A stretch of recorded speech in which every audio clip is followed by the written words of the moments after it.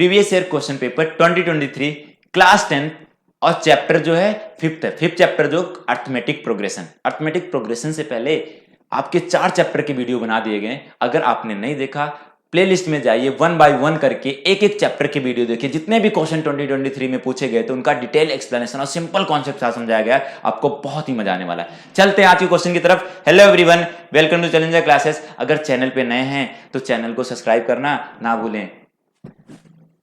Question जो दिया गया है, क्वेश्चन देखो बहुत अच्छा क्वेश्चन है। क्वेश्चन दिया गया है p a term of a p is q and q a term is p, then prove that its n a term is p plus Q minus n. मस्त क्वेश्चन है और मस्त तरीके से सॉल्व भी करेंगे। बस आप इधर ध्यान लगाइए, हमें ए एन के फॉर्मूले की जरूरत पड़ने वाला है। ए एन का फॉर्मूला क्या होता है? ए प्लस एन माइनस 1 डी होता है। ठीक है, ये हो गया फॉर्मूला जिसका यूज हम करेंगे। ये फॉर्मूला आपको तो समझ में आ गया, बहुत अच्छी बात है। अब बात करते हैं इस फॉर्मूले पे जो कॉन्सेप्ट में हमें इस क्वेश्चन में क्या क्या दिया। ये बोल रहे हैं जो पी टर्म है स्टार्टिंग से, मतलब या कोई भी पी टर्म है उसकी वैल्यू क्या दिया हुआ, वो क्यू के बराबर दिया हुआ। किसके बराबर दिया हुआ? क्यू के बराबर दिया हुआ। तो यहां से हम क्या करते हैं, अगर पी की वैल्यू इसमें पुट कर दे यहां पर, तो ध्यान से, तो क्या हो जाएगा ए प्लस पी माइनस 1।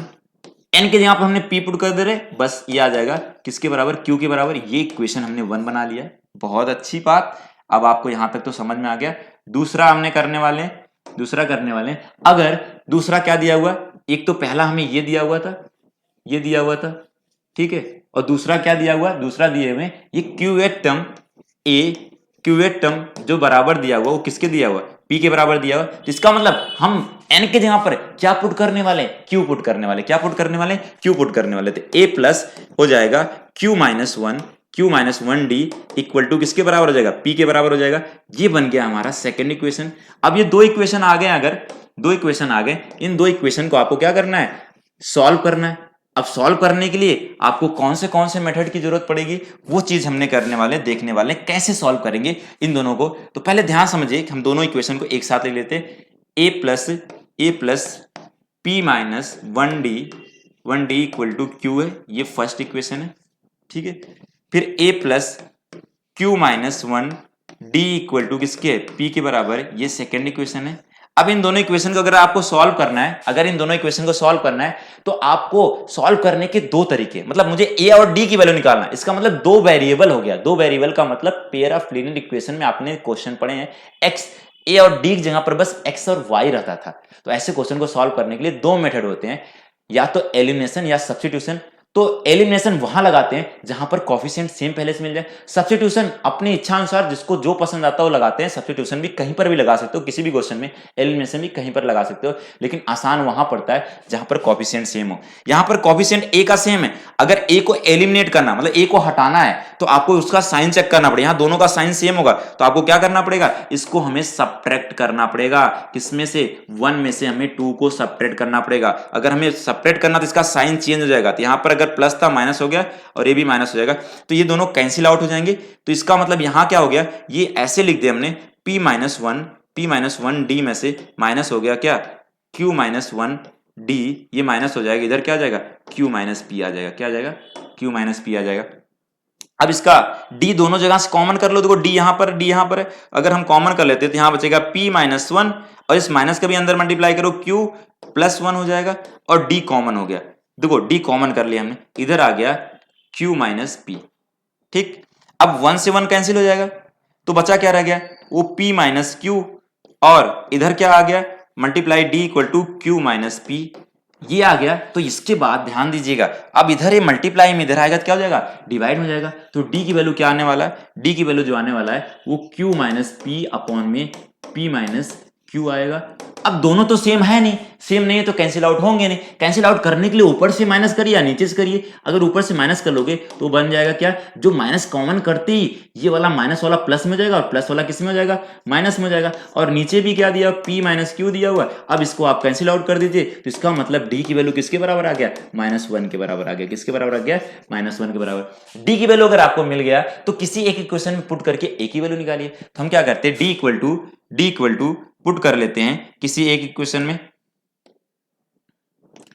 जो d equal to -1 putting in in equation किस में कर लिया हमने, फर्स्ट में ही कर लेते हैं। तो पहला इक्वेशन जो था ए प्लस क्या था, p माइनस वन, और d की वैल्यू आया -1 इक्वल टू किसके बराबर है, q के बराबर है। तो अब a की वैल्यू अगर निकालना है, a की वैल्यू निकालना है तो उसको हम उधर भेजना पड़ेगा। तो ये प्लस और माइनस का मल्टीप्लाई कर माइनस हो जाएगा, और माइनस को उधर भेजोगे तो प्लस में आ जाएगा। हम ऐसे लिख देते हैं, माइनस में आ जाएगा p माइनस वन, और इधर हो गया q। तो ये प्लस और माइनस का मल्टीप्लाई करने के बाद आया। अब इस टर्म को उधर ले जाइए, उधर ले जाओगे तो क्या आ जाएगा, इधर q और इधर जाएगा तो प्लस में हो जाएगा, तो p माइनस वन आ जाएगा। ठीक है, तो ये जो वैल्यू आया, ये जो आया वैल्यू आपको, तो a की वैल्यू किसके बराबर हो गया, a की वैल्यू जो आ गया वो q plus p minus one, ये आ गया।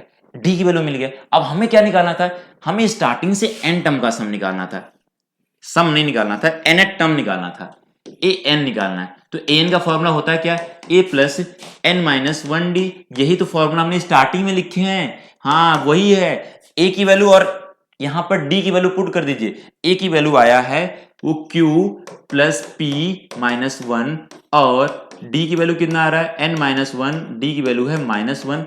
अब इसका मल्टीप्लाई करेंगे, q plus p minus one, minus का मल्टीप्लाई कर लो तो यहां पर n के जगह पर माइनस आ जाएगा और यहां पर हो जाएगा प्लस, तो ये दोनों कैंसिल हो गए, तो बचा क्या रह गया, q plus p minus n। ये बोला जाए जो an टर्म है इस ap का वो क्या आना चाहिए, यही तो प्रूव करके लाना था हमें, हमने प्रूव करके ले आए। सबसे पहले जो गिवन था उनसे सॉल्व करके a और d की वैल्यू निकाला, उस a और d की वैल्यू जो पूछा गया था उसमें पुट कर दिया, और हमारा क्वेश्चन का आंसर आ गया। तो ये क्वेश्चन बिल्कुल आसान तरीके से सॉल्व हो गया, और ये 2 नंबर 3 नंबर का क्वेश्चन आ गए, और ये क्वेश्चन भी स्टैंडर्ड में पूछा गया था पेपर में। तो ऐसे क्वेश्चन अगर आपको अच्छे से समझ में आ जाते तो एक कमेंट करना ना भूलें, और अपने दोस्तों को शेयर करना ना भूलें, जिससे उनका भी फायदा हो सके। आज के लिए इतना ही, धन्यवाद।